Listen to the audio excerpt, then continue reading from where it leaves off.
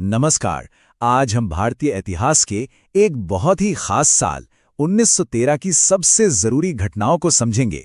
ये विश्लेषण UPSC, state PSC, TGT और पीजीटी जैसे सभी एग्जाम्स के लिए बहुत जरूरी है।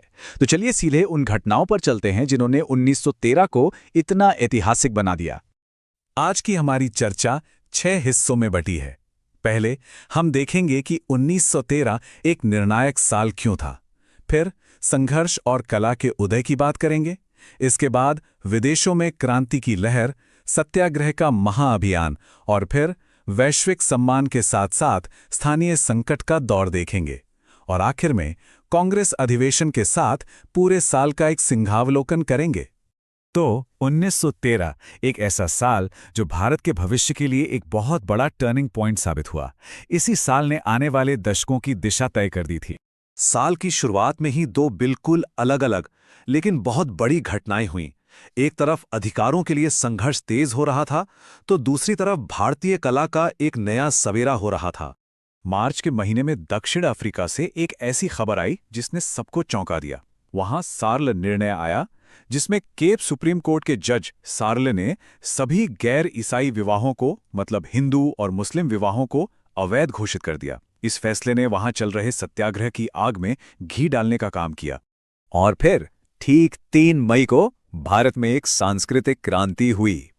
दादा साहब फाल्के ने भारत की पहली full length silent feature film Raja Harishchandra release की। यहीं से भारतीय सिनेमा की नींव पड़ी। अब जरा भारत से बाहर चलते हैं और देखते हैं कि कैसे विदेशी धरती पर भारत की आज़ादी के लिए क्रांतिकारी गतिविधियां आकार ले रही थीं। 15 जुलाई ये तारीख बहुत महत्वपूर्ण है। अमेरिका के एस्टोरिया, ओरेगन में पैसिफिक कोस्ट हिंदुस्तान एसोसिएशन की स्थापना हुई, जो बाद में गदर पार्टी के नाम से मशहूर हुई। इसके संस्थापक अध्यक्ष थे सोहन सिंह भकना और महासचिव थे लाला हरदयाल। इनका मकसद था सशस्त्र विद्रोह से भारत को आज़ाद कराना। सितंबर के महीने में गुरुदेव रविंद्रनाथ टैगोर पश्चिमी देशों की अपनी लंबी यात्रा पूरी करके भारत वापस लौटे।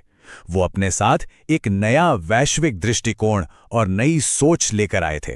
चलिए अब एक बार फिर दक्षिण अफ्रीका लौटते हैं और देखते हैं कि गांधी जी के नेतृत्व में सत्याग्रह कैसे एक बहुत बड़े अभियान, एक महाअभियान में बदल रहा था। 21 सितंबर को दक्षिण अफ्रीका में भेदभाव करने वाले काले कानूनों के खिलाफ शांतिपूर्ण प्रदर्शन करते हुए वॉक्सर स्टेशन पर कस्तूरबा गांधी और उनके समूह को गिरफ्तार कर लिया गया। और देखिए, इसके ठीक 2 दिन बाद 23 सितंबर को कस्तूरबा गांधी और उनके साथियों को 3 महीने के कठोर कारावास की सजा सुना दी गई।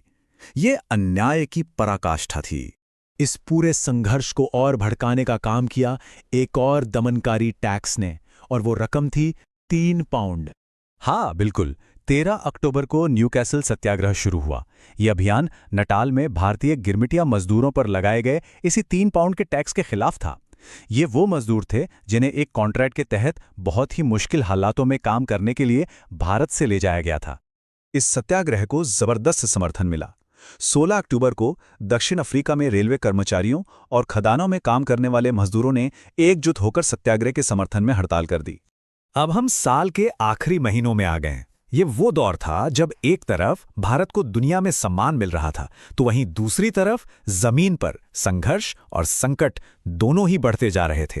1 नवंबर को गदर पार्टी ने अपने क्रांतिकारी विचारों को फैलाने के लिए सैन फ्रांसिस्को से गदर नाम का साप्ताहिक अखबार शुरू किया। इसका पहला अंक उर्दू में था और ये बहुत जल्द दुनिया भर में बसे भारतीयों के लिए क्रांति की आवाज बन गया। इसी दौरान दक्षिण अफ्रीका में संघर्ष अपने चरम पर पहुंच चुका था और इस ऐतिहासिक आंदोलन में 2000 से भी ज्यादा सत्याग्रही शामिल हो चुके थे। 6 नवंबर इतिहास का वो दिन जब महान मार्च शुरू हुआ। इसमें गांधी जी के नेतृत्व में 2000 से ज्यादा प्रदर्शनकारियों ने नटाल से ट्रांसवाल सीमा की ओर एक यादगार मार्च शुरू किया, लेकिन सरकार ने दमन का रास्ता चुना। 11 नवंबर को इसी मार्च के दौरान गांधी जी को स्टैंटन और बेल्फोर के पास से गिरफ्तार करके जेल भेज दिया गया। और अब देखिए इतिहास का एक असाधारण विरोधाभास। एक तरफ गांधी जी अन्याय के खिलाफ जेल में थे और उसके ठीक 2 दिन बाद 13 नवंबर को रविंद्रनाथ टैगोर को उनकी महान रचना गीतांजलि के लिए साहित्य के नोबेल पुरस्कार की घोषणा हुई। वो ये सम्मान पाने वाले पहले एशियाई बने और इस घटना ने पूरी दुनिया में भारतीय प्रतिभा का लोहा मनवा दिया। देखिए, जहां एक तरफ दुनिया में सम्मान मिल रहा था, वहीं भारत के अंदर एक बड़ा आर्थिक संकट भी खड़ा हो रहा था। 29 नवंबर को देश में एक बड़ा बैंकिंग संकट आया। इंडियन स्पाइसी बैंक बंद हो गया और उसके एमडी चुनीलाल सरैया ने आत्महत्या कर ली।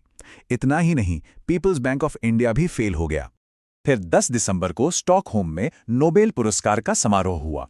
टैगोर वहां मौजूद नहीं थे, इसलिए उनकी गैर मौजूदगी में ब्रिटिश राजदूत ने उनकी तरफ से ये पुरस्कार लिया। चलिए, अब हम इस साल के आखिर में हुए राजनीतिक अधिवेशन और पूरे साल का एक छोटा सा रिकैप देखते हैं, जो एग्जाम के लिए बहुत ही जरूरी है। 26 से 28 दिसंबर तक भारतीय राष्ट्रीय कांग्रेस का 28वां अधिवेशन कराची में हुआ और इस अधिवेशन के अध्यक्ष थे नवाब सैयद मोहम्मद बहादुर। तो एग्जाम के नजरिए से 1913 के इन 4 मुख्य स्तंभों को याद रखना बहुत जरूरी है। पहला, गांधी जी का दक्षिण अफ्रीका सत्याग्रह। दूसरा, गदर पार्टी की स्थापना और उसका अखबार। तीसरा, सांस्कृतिक मील के पत्थर यानी राजा हरिश्चंद्र फिल्म और टैगोर का नोबेल पुरस्कार। और चौथा, कांग्रेस का कराची अधिवेशन। इससे आगे के इतिहास को हम स्टडी फोरकास्ट के वीडियो के अगले भाग में और भी रोचक तरीके से पढ़ेंगे।